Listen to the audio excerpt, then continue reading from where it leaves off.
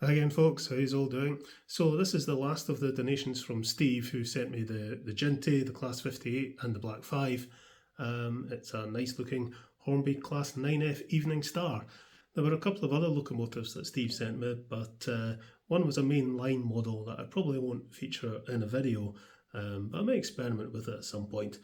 The other is a wee 040 tank engine that I've already serviced and I've put up for sale via my Ko-fi shop.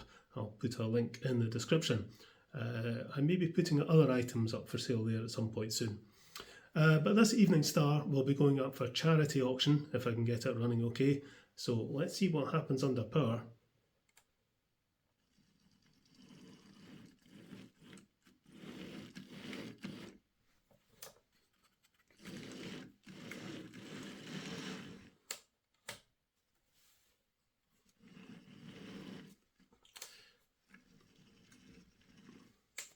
Yeah, it's trying. I think this probably just needs a really good service. Right, we'll shove it into the shed and we'll get a look at it. Go on, get in. Rightio then, let's get a look at this Hornby Evening Star. Condition wise, it seems okay. We've got a nameplate missing. I can put a new one on. Appears to be a little bit of damage to the numbering there. It's okay on that side, but that appears to have bubbled slightly. It's not too bad. Everything else looks okay. The wheels move nice and freely. Tender, it's got number 2 in the bottom, so I think this has been up for sale somewhere in its past. I don't like the angle of that wheel. This wheel here appears to be a bit of an angle. And it all looks a bit, oh, there's something weird being going on with the wires. There's a black and a blue wire poking through there, and that wire appears to have been pretty crudely soldered onto there. I think there's been some jiggery faffery going on. I don't like the way that's sitting. Is this going to come off easy? Yep. Clips are all intact. Looks like a 5-pole Ringfield motor. Oh dear. It's caked in grease and oil, and yeah, there's clearly been something going on with this. The wires have been very crudely soldered on, so we'll sort that out a bit. And again, it's been crudely soldered there, so it's been well and truly jiggery faffed. So we'll take it apart and we'll clean it up. I wasn't going to bother showing this because it's yet another Ringfield motor, but because it's a 5-pole one, we'll get a look.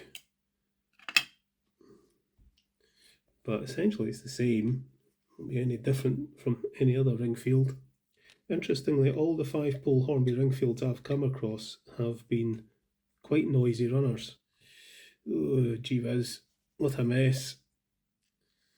Stick the screwdriver down in there, pop that out. These wheels come off. There's odd screws on those brush terminals, and this one here's soldered onto the wire, so I can't unscrew it at the moment.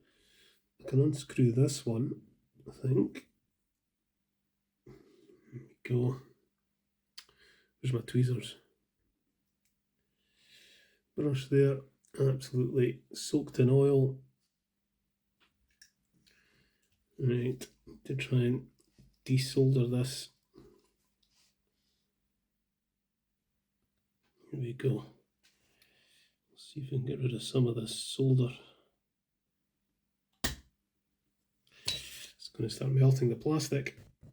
Here we go, got the screw out anyway. Gee, what a mess. It's absolutely caked in oil. Come on, come off. There we go. Massive great big lump of solder on there.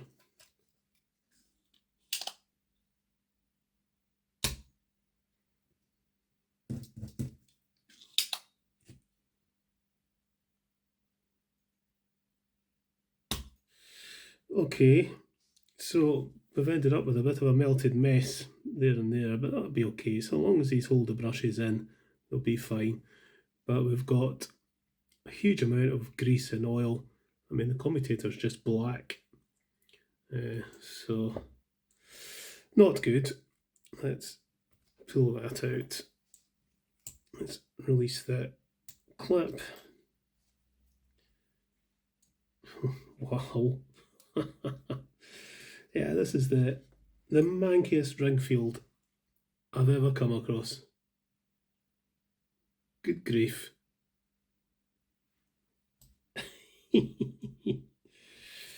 Right, release the clips.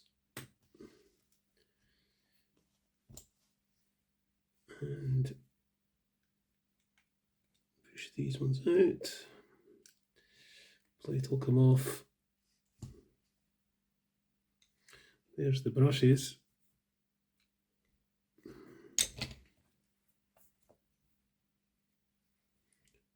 Absolutely soaking in oil. There's your 5-pole commutator. Absolutely covered in grease and oil, and oh, there's a foreign object in here as well. Looks like a pin.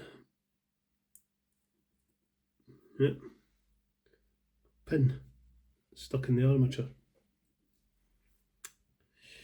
It's amazing this ran at all. So, you know what I'm going to do? It's going to get a good scooshing and a good manky brushing. That wheel is very bent. Hopefully I can straighten that. Need to pull them out anyway. Just an absolute a shocking state this is in. Alright, okay. Eek. We'll give it a scoosh front and back and get the brush onto it.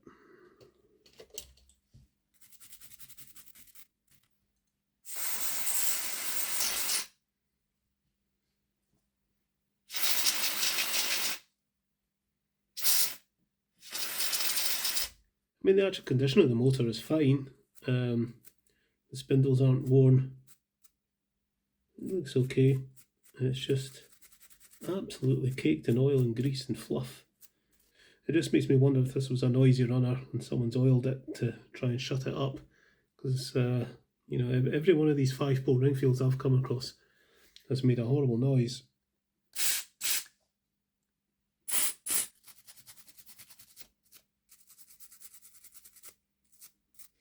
I'm just going to do a continuity test on this armature.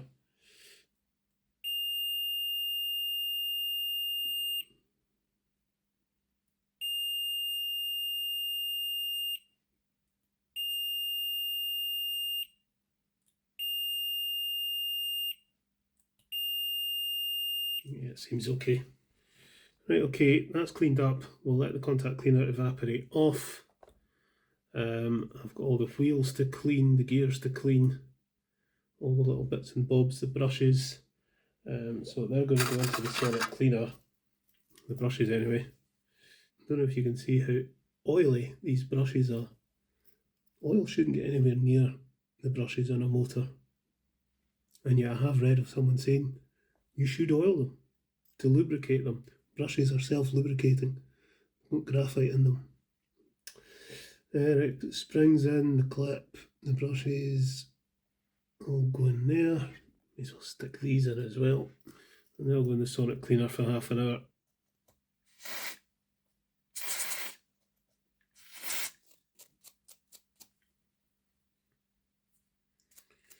Make sure there's nothing stuck between the teeth. And make sure there's no broken teeth, which it doesn't appear to be. Let's see, check the traction tires don't turn. So they're okay, they're just going to need a clean.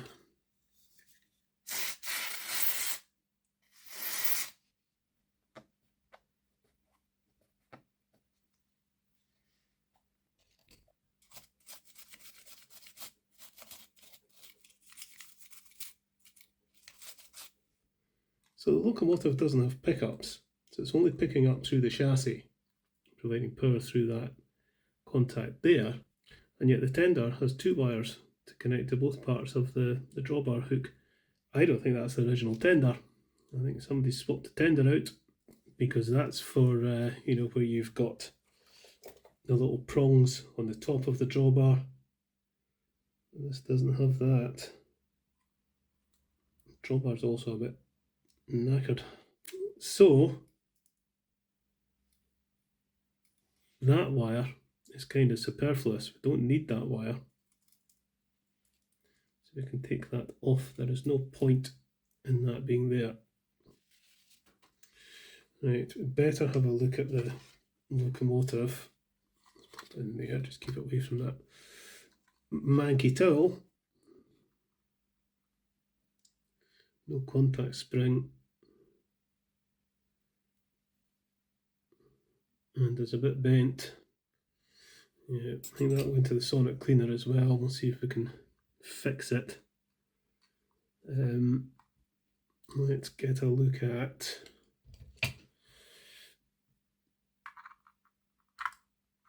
the axles. I mean, the wheels seem to be free moving enough, and everything seems to be clean enough. So the locomotive's not too bad. Needs a bit of a clean up. We'll give it a scoosh.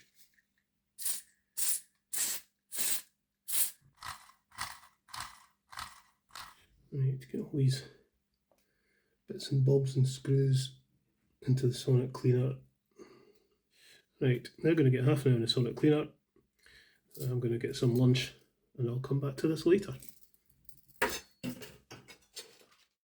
Right, so I've decided to jump forward a bit, and this is actually about a week later. You know, there's not much point you watching me put a Ringfield motor back together for the zillionth time. So here it is, all cleaned up and reassembled. I also had to wait on new nameplates coming for the locomotive from Silver Tay Models. Now, it's pretty clear that the previous owner decided to fit a 5-pole motor into this 3-pole tender frame, and didn't do a particularly good job of it, to be honest. One thing that caught me out was when I wired this up, the way I would normally wire a Ringfield actually ran backwards, so I had to reverse these wires over. Other than that, it seems to run okay. Personally, I would never go to all the bother of converting a 3-pole motor into a 5-pole motor just for the sake of it, especially on a Ringfield. There are so many factors that affect the performance of a Ringfield motor, especially a tender-driven locomotive. All else being 100% equal, then yes, you should see a smoother running performance from a 5-pole motor with less cogging than a 3-pole. 5-pole motors, you know, by their very nature, are much more efficient, but it doesn't mean that 3-pole motors can't run extremely well. The windings on the motor and the gears all make a difference, and you know, in many cases, fitting a flywheel to a 3-pole motor will improve running more than fitting a 5-pole without a flywheel. But all that said, I think this will be a nice runner. It doesn't seem to make the horrible whining noise I've heard from other 5-pole Ringfields. So we shall pop the tender cover on. It's on fine. There we go. Right, let's pop on these nameplates.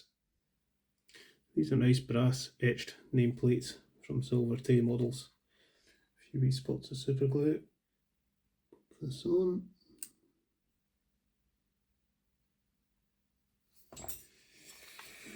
There we go. New nameplates on that side.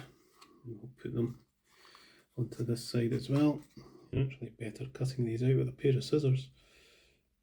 There we go, that's better. There we are, nameplates on. Alright, there we are then, she's ready to go. Let's go and pull her out the shed. Okay then, let's bring out the evening star.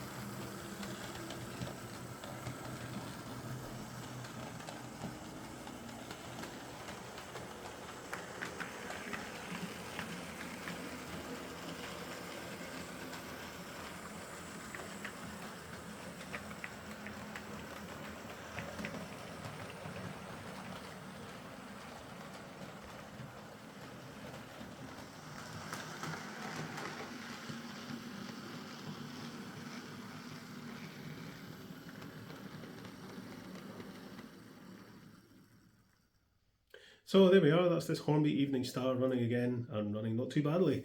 Yeah, so someone swapped out the 3-pole Ringfield in this for a 5-pole, but didn't do that great a job of it, to be honest.